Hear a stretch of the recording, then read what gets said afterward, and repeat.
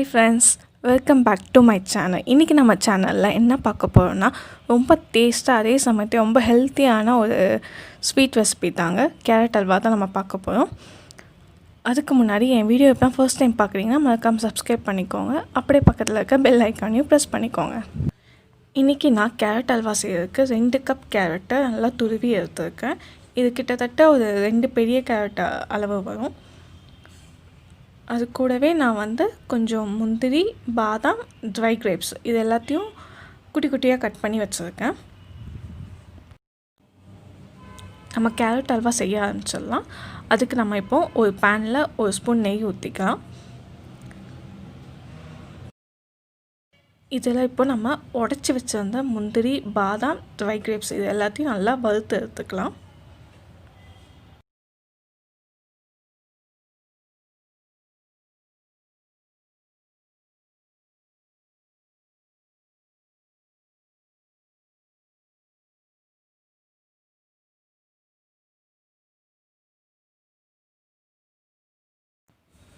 நல்லா வறுத்தாச்சு. இப்போ நம்ம இதை தனியாக ஒரு பாத்திரத்தில் எடுத்து வச்சுக்கலாம்.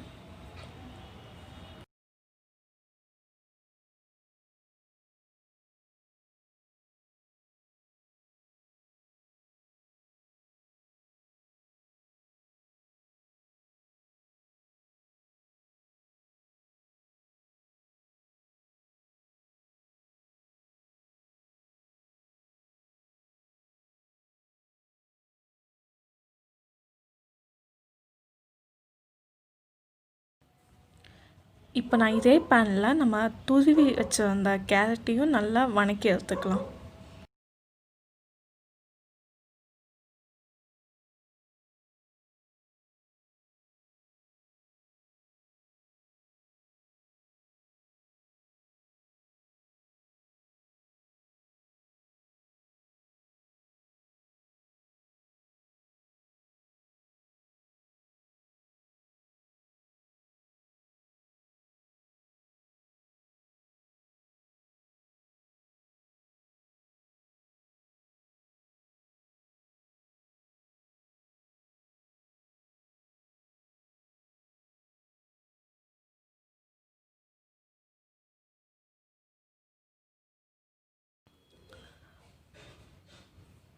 நம்ம ரொம்ப நேரம் வணக்கணுன்ட்டு அவசியம் கிடையாது. அந்த கேரட்டோட கலர் லைட்டாக சேஞ்ச் ஆகிற அளவுக்கு நம்ம வணக்கி எடுத்தால் போதும்.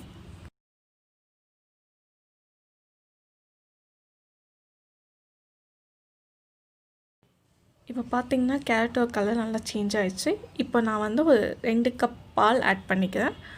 நம்ம பால் நிறையா ஆட் பண்ணால் தான் நம்ம அந்த கேரட்டோட ஸ்மெல் வராமல் ஸ்வீட்டும் நல்லா டேஸ்ட்டாக இருக்கும். நான் இங்கே 2 கப் கேரட்டுக்கு 2 கப் பால் அளவு எடுத்து ஆட் பண்ணிக்கிறேன்.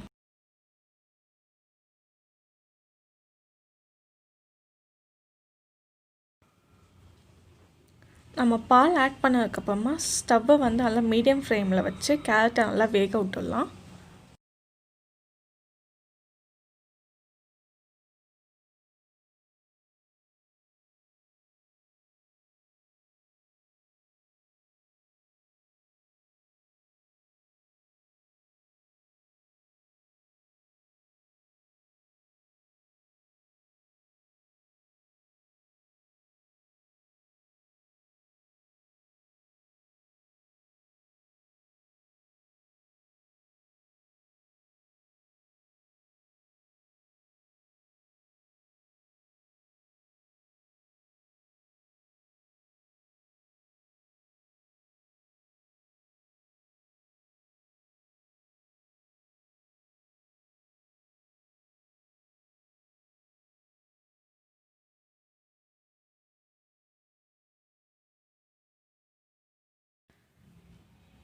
நம்ம நடுவில் கொஞ்சம் பாலை நல்லா மிக்ஸ் பண்ணி விடலாம். அப்போ தான் இந்த பாலாடெல்லாம் சைடில் சேராமல் இருக்கும்.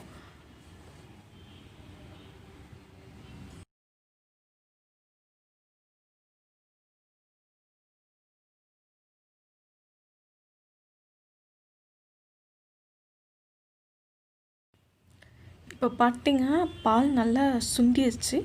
நம்ம இந்த ஸ்டேஜில் சர்க்கரை ஆட் பண்ணிக்கலாம். நான் இன்றைக்கி 2 கப் கேரட்டுக்கு 1 கப் சர்க்கரை ஆட் பண்ணுவேன்.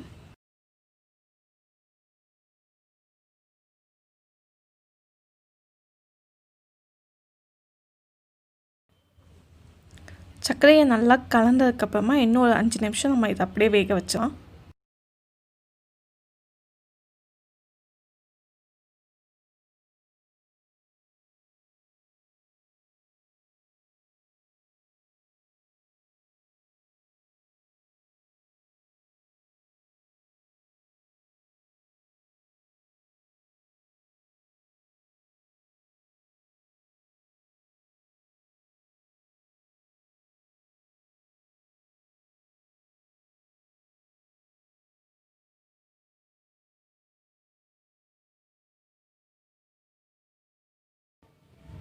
இப்போ நான் ஒரே ஒரு ஏலக்காவை அப்படியே பாதியாக பிச்சு இதில் ஆட் பண்ணிக்கிறேன்.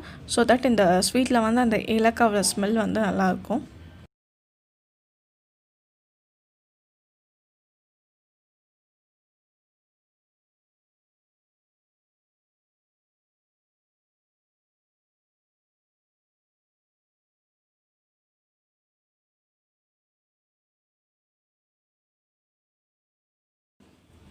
இப்போ பார்த்திங்கன்னா நம்ம ஊற்றின பால் எல்லாம் நல்லா சுண்டிருச்சு.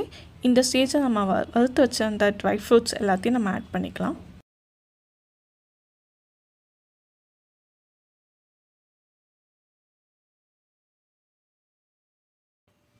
இதை ஆட் பண்ணதுக்கப்புறமா இன்னொரு 2 நிமிஷம் நம்ம அப்படியே விட்டுடலாம்.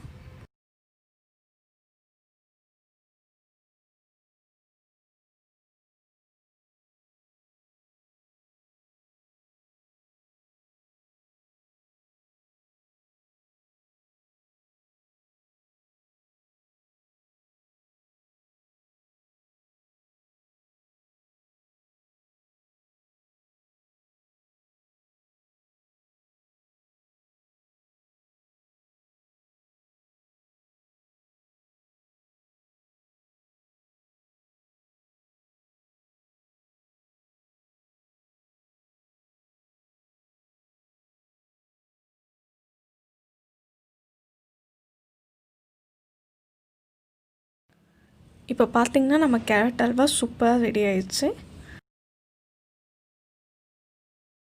இந்த ரெசிபியை நீங்கள் உங்கள் வீட்டில் ட்ரை பண்ணி பார்த்துட்டு எப்படி இருந்துச்சு மறக்காமல் கமெண்ட் செக்ஷனில் சொல்லுங்கள். உங்களுக்கு என் வீடியோ பிடிச்சிருந்துச்சுன்னா உங்கள் ஃப்ரெண்ட்ஸ் அண்ட் ஃபேமிலியோடு ஷேர் பண்ணுங்கள். மறக்காமல் என் சேனலை சப்ஸ்கிரைப் பண்ணுங்கள். நம்ம திருப்பி அடுத்த வீடியோவை பார்ப்போம். டேக் கேர், பாய்.